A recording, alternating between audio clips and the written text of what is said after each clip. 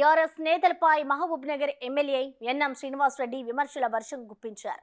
స్థానిక municipal chairman, vice చైర్మన్లు మాజీ మంత్రి చేతుల్లో కీలుబొమ్మలుగా మారారని, ఏనాడు మున్సిపాలిటీ అభివృద్ధి గురించి ఆలోచించలేదని మండిపడ్డారు. మహబూబ్నగర్లో జరగనున్న అరాచకాలు భరించలేకే కౌన్సిలర్లు కర్రు కాల్చి వాత పెట్టారన్నారు. రాబోయే రోజుల్లో బీఆర్ఎస్ భూస్థాపితం కావడం ఖాయమంటున్న ఎమ్మెల్యే ఎన్ఎం శ్రీనివాసరెడ్డితో మా బిగ్ టీవీ ప్రతినిధి Shankar face to face. Nagar మున్సిపాలిటీలో చైర్మన్, వైస్ చైర్మన్లపై ప్రవేశపెట్టినటువంటి అవిశ్వాస తీర్మానం నెగ్గింది. మొత్తం 36 మంది కౌన్సిలర్లంతా కూడా పూర్తి స్థాయిలో తమ మద్దతు ప్రకటించి వారిపైన అవిశ్వాస తీర్మానానికి కూడా ముందుకు వెళ్లారు. ఈ నేపథ్యంలో ప్రస్తుతం మన దగ్గర స్థానిక ఎమ్మెల్యే ఎన్ఎం శ్రీనివాసరెడ్డి గారు ఉన్నారు. ఆయన మాట్లాడదాం. సార్, ఓవరాల్గా ఒక 2 డేస్ నుంచి కూడా ఇదంతా కూడా ఒక ఉత్కంఠితమైనటువంటి అంటే చర్చకు దారితీసింది. ఓవరాల్గా వారిని డబ్బుతో మభ్యపెడుతున్నారనే కోణంలో కూడా చాలా సందర్భాలు వచ్చాయి. కానీ ఓవరాల్గా ఈరోజు జరిగిన దాన్ని ఎలా చూస్తారు సార్? ఇప్పుడు నిన్నటిదాకా డబ్బు సంచులతో తిరిగింది వాళ్ళు, గోవా ట్రిప్లకు, సింగపూర్ ట్రిప్లకు, హాంకాంగ్ ట్రిప్లకు పోయింది వాళ్ళు. కౌన్సిలర్లు అందరూ ఇన్నే ఉన్నారు, వాళ్ళందరూ ఏకతాటి మీదకి వచ్చిండ్రు. ఈ దుర్మార్గ పాలన అవశేషాలు కూడా మహబూబ్నగర్ మున్సిపాలిటీలో ఉండొద్దని చెప్పి వాళ్ళందరూ కూడా ముక్తకంఠంతో తీర్మానం చేసుకున్న తర్వాత వాళ్ళు అవిశ్వాస తీర్మానం ప్రవేశపెట్టడం జరిగింది. గత 4 సంవత్సరాలుగా కౌన్సిల్లో ఎటువంటి చర్చ జరగలే, అవినీతి మీద చర్చ జరగలే, నిధుల మీద చర్చ జరగలే. కేవలం చైర్మన్లు, వైస్ చైర్మన్లు, మంత్రి గారు ఏం చెప్తే అది వినడానికి తోలుబొమ్మల్లాగా ఉన్నారు. కాబట్టి ఈరోజు వాళ్ళందరూ కోపం మీద ఉన్నారు. వాళ్ళు ఏ సమస్య కూడా ప్రస్తావన చేయలేకపోయినారు. కౌన్సిల్లో వార్డుల్లో పర్యటించి ప్రజా సమస్యలను తీసుకొచ్చి అక్కడ నిధులు కేటాయించుకోలేకపోయినారు. వాళ్లకు కనీసం మాట్లాడే స్వేచ్ఛ కూడా లేకుండా ఈ 4 సంవత్సరాలు. అందుకే ఇక్కడ ప్రజాప్రభుత్వం వచ్చింది. టీఆర్ఎస్ పార్టీ అప్పుడు అధికారంలో టీఆర్ఎస్ పార్టీ ఉండే కాబట్టి, ప్రభుత్వం వాళ్ళది కాబట్టి వీళ్ళందరూ కూడా కొద్దిగా చేతులు కట్టేసినట్లయింది. కానీ ఎప్పుడైతే కాంగ్రెస్ ప్రభుత్వం వచ్చిందో మళ్ళీ ఒక ప్రజాస్వామిక వాతావరణం ఒకటి వచ్చింది కాబట్టి మళ్ళీ మేము ప్రజల దగ్గరికి పోవచ్చు, కౌన్సిల్ను అర్థవంతంగా నడుపుకోవచ్చు, కౌన్సిల్లో ప్రజా సమస్యల ప్రస్తావన తీసుకురావచ్చు, నిధులను కూడా తీసుకురావచ్చు అనే ఏకైక లక్ష్యంతో ఈరోజు అన్ని పార్టీల వ్యక్తులు ఈరోజు వచ్చి అవిశ్వాస తీర్మానం ప్రవేశపెట్టి నెగ్గించుకున్నారు.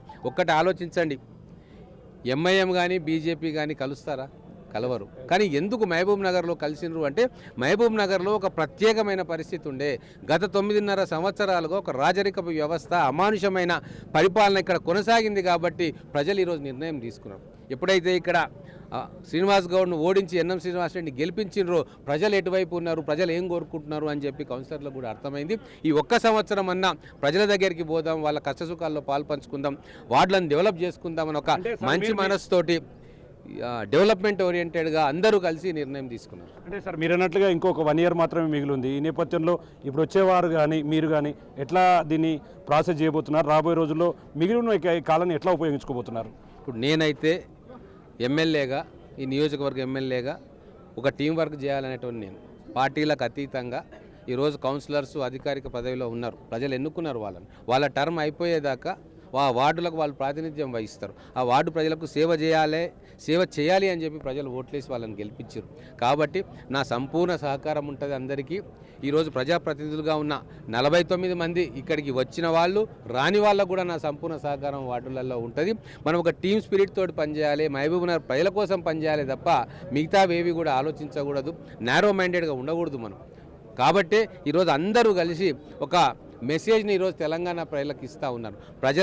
ప్రజల సంక్షేమం ముఖ్యం, ప్రజల కోసం పనిచేసేది ముఖ్యం తప్ప ఈ పార్టీలకు అతీతంగా కూడా మనం సందర్భాల్లో పనిచేయాల్సి ఉంటుంది అని చెప్పి ఈరోజు మహబూబ్ నగర్లోని కౌన్సిలర్లు ఒక ఎగ్జాంపుల్గా, తెలంగాణ రాష్ట్ర ప్రజలకు ఎగ్జాంపుల్గా నిలిచిర్రు. కాబట్టి మహబూబ్ నగర్ ప్రజలు కూడా అదే కోరుకుంటూ ఉన్నారు. ఈ డమ్మీలు, కీలుబొమ్మ చైర్మన్లు, వైస్ చైర్మన్లు, రిమోట్ కంట్రోల్ ఆడిస్తే ఆడేటట్టుగా ఉన్న వీళ్ళను పక్కకు తప్పించి నిజంగా ప్రజల కోసం పనిచేసే చైర్మన్ రావాలి, వైస్ చైర్మన్ రావాలి, వాళ్ళ నాయకత్వంలో కౌన్సిల్లో ప్రజా సమస్యల ప్రస్తావన రావాలి. అందరూ కలిసి మహబూబ్ నగర్ మున్సిపాలిటీని అభివృద్ధి చేసుకోవాలి. నా వంతు సాయంగా ఖచ్చితంగా ముఖ్యమంత్రి గారితో, సంబంధిత మంత్రులతో మాట్లాడి మున్సిపాలిటీకి అత్యధికమైన నిధులు ఎట్లా తీసుకురావాలి అని చెప్పి వాళ్ళందరితో చర్చించి ఒక టీం వర్క్గా మేము ముందుకు పోదలుచుకున్నాం. చాలా మున్సిపాలిటీల్లో ఇదే తరహా కొనసాగుతూ వస్తుంది. కానీ ఒకవైపు బీఆర్ఎస్ పార్టీకి సంబంధించినటువంటి కేటీఆర్ కావచ్చు, ముఖ్య నేతలు కూడా కాంగ్రెస్ గవర్నమెంట్కి సంబంధించి చాలా ఇబ్బంది కాబోతుంది, భవిష్యత్తులో తిరిగి తమే అధికారంలోకి రాబోతున్నామంటూ కూడా చెప్తున్నటువంటి పరిస్థితి. దీన్ని ఎట్లా చూస్తారు సార్? ఉట్టికెక్కలేనమ్మ స్వర్గానికి ఎక్కిందట, అట్టనే ఉంది వాళ్ళ పరిస్థితి. ఇంకా వాళ్ళకి అర్థమైతే లేదు ప్రజలు బండకేసి కొట్టిరని.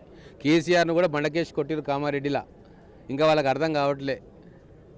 అంటే ప్రజాస్వామ్యంలో ప్రజల తీర్పును గౌరవించాలి. ప్రజలు మిమ్మల్ని అపోజిషన్లో కూర్చోమని చెప్తే 2 రోజులు కాలేదు, అసెంబ్లీ మొదలే కాలేదు, ప్రమాణ స్వీకారం కాలేదు, ఈ ప్రభుత్వం పడిపోతుంది, ఈ ప్రభుత్వం 3 నెలలు ఉంటుంది అని చెప్పి వాళ్ళ మనుషులు వాళ్ళ చెంచగాళ్ళు అందరూ కూడా టీవీలలో చెప్పడం జరిగింది. కానీ ఈరోజు నేను ఒకటే చెప్తా ఉన్నా, ప్రజలు ఇప్పుడే కాదు, 3 నెలలలో కాదు, 30 ఏళ్ళైనా సరే బీఆర్ఎస్ పార్టీకి మళ్ళీ ఒకసారి ఓటేయరు. ఎందుకంటే అంత దారుణంగా మోసం చేసిన తెలంగాణ ప్రజలను, దోసుకున్నది తెలంగాణ ప్రజలను. మేడిగడ్డ ప్రాజెక్టు, కాళేశ్వరం ప్రాజెక్టే నిలువెత్తు సాక్ష్యం.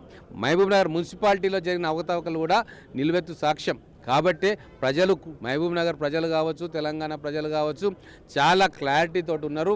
మళ్ళీ ఒకసారి రాజకీయంగా బీఆర్ఎస్ పార్టీకి నీళ్లు పోసే ప్రయత్నం చేయరు. శాశ్వతంగా బొందగబెట్టే కార్యక్రమం ఈ పార్లమెంట్ ఎన్నికల్లో జరగబోతా ఉంది.